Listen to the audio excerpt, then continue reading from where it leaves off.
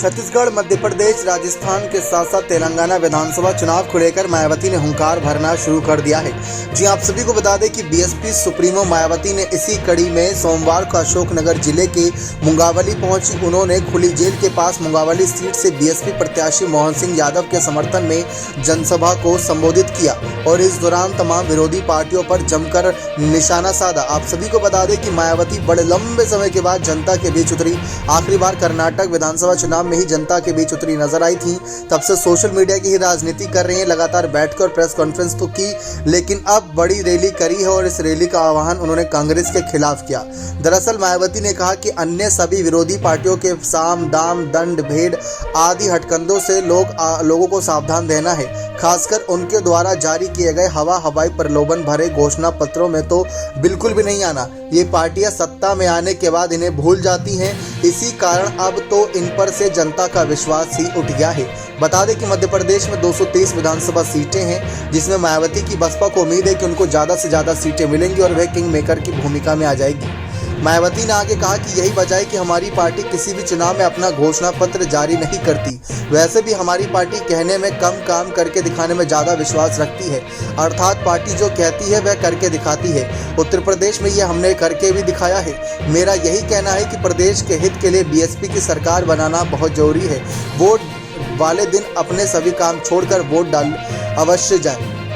मायावती ने यहां पर तो जनता के हित की बात करी और तमाम विरोधी पार्टियों के घोषणा पत्र को निशाने पर लिया।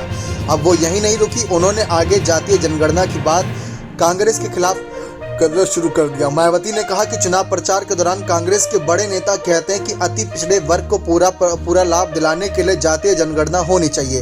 इन्हें ये मालूम होना चाहिए कि जब अंग्रेजों के जाने के बाद लंबे समय तक कांग्रेस पार्टी सत्ता में रही, तब कांग्रेस के सत्ता के दौरान सबसे पहले पिछड़े वर्ग के लोगों को आरक्षण देने के लिए जो सर्वे हुआ था, उसे कांग्रेस पार्टी की सरकार ने लागू नहीं किया।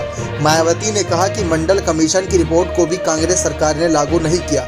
जिस कांग्रेस पार्टी ने मंडल कमीशन और काका कालेलकर की रिपोर्ट को लागू नहीं किया, आज चुनाव के दौरान पिछड़ों का वोट लेने के लिए बड़ी बड़ी बातें कर रहे हैं। लोगों को इनकी हवाई बातों के बहकावे में नहीं आना चाहिए। ये बात कहते हुए जनता का गुस्सा दिलाया यहाँ पर मायावती ने और कांग्रेस के खिलाफ ला खड़ा कर दिया। यही नहीं रुकी, उन्होंने आगे कहा कि उत्तर प्रदेश में हमारी पार्टी ने सर्व समाज को अच्छी सरकार दी थी। मध्य प्रदेश में यदि आप चाहते हैं कि कमजोर और उपेक्षितों के साथ ही जन समस्याओं को लेकर बेहतर कार्य हो, तो बीएसपी को लाना होगा। सभी विरोधी पार्टियों की सरकारों ने हर स्तर पर संकीर्णहीन, जातिवादी, पूंजीवादी सोच के काम किया है। हमने उत्तर प्रदेश में गरीब और बेरोजगारों को दूसरी सरकारों की तरह बेरोजगारी भत्ता नहीं देते हुए बड़ी संख्या में सरकारी और गैर सरकारी संस्थाओं में स्थायी रोजगार उपलब्ध करवाए। गरीब और भूमिहीन लोगों को खेती के लिए सरकारी जमीनें दी, जिससे वहां पर लाखों लोगों को इसका फायदा मिले। हमने छात्रों, युवाओं, बुजुर्गों और महिलाओं के लिए कई कार्य किए, जिसका विरोधी पार्टियां नकल तो कर रही हैं, लेकिन नीयत साफ नहीं होने से वैसा परिणाम नहीं दे पा रही। वे पार्टियां पूंजीपति और धंधा सेठों को फायदा पहुंचाने के लिए अपनी नीतियां तैयार करती हैं। इन्हीं के धन बल से ये चुनाव लड़ती हैं। यही कारण है कि देश और प्रदेश में सर्व समाज के लोग दुखी और परेशान हैं। बीएसपी आमजन की मदद से चुनाव लड़ती है। बड़ी संख्या में महिलाएं मुझे सुनने के लिए यहाँ आई हैं। अपनी पार्टी का एक भी वोट पड़ने से नहीं रह जाए, इसका विशेष ध्यान रखना। इस बार यहाँ पर बीएसपी का रिजल्ट अच्छा आना चाहिए। यहाँ आने से पहले मैंने 18 लोगों को प्रदेश में जगह जगह भेजा है, ताकि वह अपनी सरकार के खिलाफ आवाज उठाएं और बीएसपी को आगे बढ़ाने की बात करें। विरोधी पार्टियों की हवाई घोषणा पत्रों पर जिस तरीके से मायावती ने तमाम निशाने साधे, उनको सुनकर हर कोई दंग है। दरअसल मध्य प्रदेश में इन दिनों हालात ऐसे बने हुए हैं कि किसी भी पार्टी को बहुमत मिल सकता है, लेकिन मायावती को उम्मीद है कि उनकी बसपा किंग मेकर की भूमिका में आ जाएगी। यानी कि बसपा एक ऐसी स्थिति में आएगी जिनके पास ज़्यादा सीटें होंगी और उसके दम से मायावती आगे ये तय करेंगी कि आखिर मुख्यमंत्री किसे बनना है। ये बातें साफ तौर पर की गई। साथ ही साथ यहाँ पर यह भी खबरें निकलकर सामने आई कि जिस तरीके से हालात बने हुए हैं, इन सब हालातों को लेकर कैसे आगे का काम किया जाए। मायावती ने जिस तरीके से कहा कि कांग्रेस के बहकावे में ना आए, ये भी अपने आप में चर्चाओं का विषय बना हुआ है, क्योंकि मायावती का ये निशाना उन पार्टियों पर भी है जो इस समय जाति जनगणना के मुद्दे को उठा रही है। लेकिन कभी वो सत्ता में रहे थे या सत्ता के साथ गठबंधन में रहे थे, तब उन्होंने यहाँ पर आगे कभी भी इस मुद्दे को नहीं बढ़ाया था। तो मायावती ने कहने को तो बहुत 100% की बात कही, लेकिन उनका फायदा क्या होगा ये तो आने वाले वक्त में पता चलेगा। जैसा कि हमने आपको बताया कि मध्य प्रदेश में 230 विधानसभा सीटें हैं। इन 230 विधानसभा सीटों में से कांग्रेस और बीजेपी को बहुमत ना मिलने के आसार हैं। कुछ सर्वे दावा कर रहे हैं कि कांग्रेस को बहुमत मिल सकता है, कुछ सर्वे दावा कर रहे हैं कि बीजेपी को बहुमत मिल सकता है। जहां बीजेपी के बहुमत का आंकड़ा 124 से 120 का बताया जा रहा है और कांग्रेस के बहुमत का आंकड़ा कुछ सर्वों में 130 का बताया जा रहा है। लेकिन मायावती को, जैसा हमने आपको बताया, कि उम्मीद है कि उनकी पार्टी एक ऐसे स्तर पर आएगी जहां उनकी पार्टी कुछ ज़्यादा सीटें, यानी 6-7 सीटें भी अगर निकालने में कामयाब हो जाती हैं पहले की तरह, क्योंकि यहाँ पर उनका दलित और आदिवासियों के साथ मिलकर तमाम जो बड़ा वोट बैंक है वो कम से कम 6-7% तक उनको ले जाता है। और इस बार इन्होंने छत्तीसगढ़ और मध्य प्रदेश में गोंडवाना गणतंत्र पार्टी के साथ गठबंधन किया, जो आदिवासी समाज की बड़ी पार्टी कही जाती है। तो आदिवासी प्लस दलित अगर ये मिल गए हैं तो क्या कमाल होगा, ये तो आने वाला वक्त बताएगा।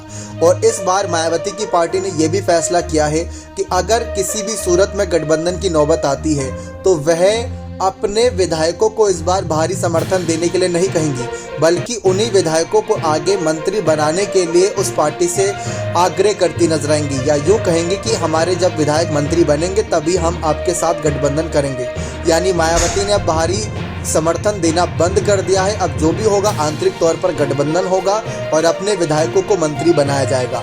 मायावती की ये पहली रैली कितना असर डालेगी चुनावी सीटों पर, ये देखना दिलचस्प रहेगा, क्योंकि मायावती जो एक ऐसी पार्टी है, बसपा बहुजन समाज, जो राज्य स्तर पर मुख्यमंत्री बदलने में और राष्ट्रीय स्तर पर प्रधानमंत्री चेहरा बदलने में अपने आप में दमखम रखती है।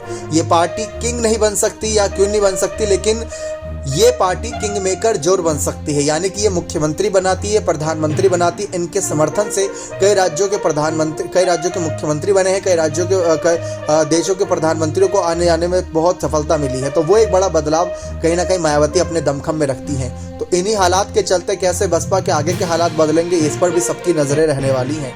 लेकिन आपको क्या लगता है कि मायावती की रैलियां क्या असर डालेंगी? क्योंकि इतने लंबे समय तक जनता से दूर रहना, फिर अचानक से जनता के बीच आना, क्या ये पार्टी को फायदा देगा या पार्टी को नुकसान देगा? मायावती की तस्वीरें आप देख ही रहे होंगे, लेकिन मायावती की बदलती तस्वीर भी आपने देखी होगी कि कैसे 2012 के बाद सत्ता से दूर चल रही है। ईवीएम के मुद्दे पर मायावती ने क्या कुछ बातें कही, वो आपको अगली रिपोर्ट में हम आपको बताएंगे।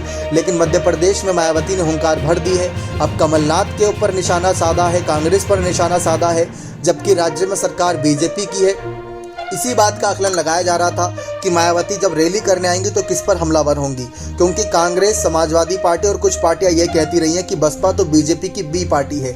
और मायावती ने ये बयान देकर ये बात साफ कर दी कि बसपा कई हद तक इस समय कांग्रेस के खिलाफ ही नजर आ रही, या यूँ कहें कि उनके खिलाफ नजर आ रही, जिन्होंने गरीबों का, पिछड़ों का शोषण किया और उनके फायदे के लिए कुछ नहीं किया, सिर्फ पूंजीपतियों के लिए और अपने फायदे के लिए ही सारी नीतियाँ चलाई। तो वो मायावती का आक्रोश निकल रहा है। लेकिन आपको क्या लगता है कि क्या मायावती की रणनीति कांग्रेस को पछाड़ने में कामयाब रहेगी या नहीं? अपने कमेंट सेक्शन में जरूर दीजिएगा। बहुत बहुत धन्यवाद।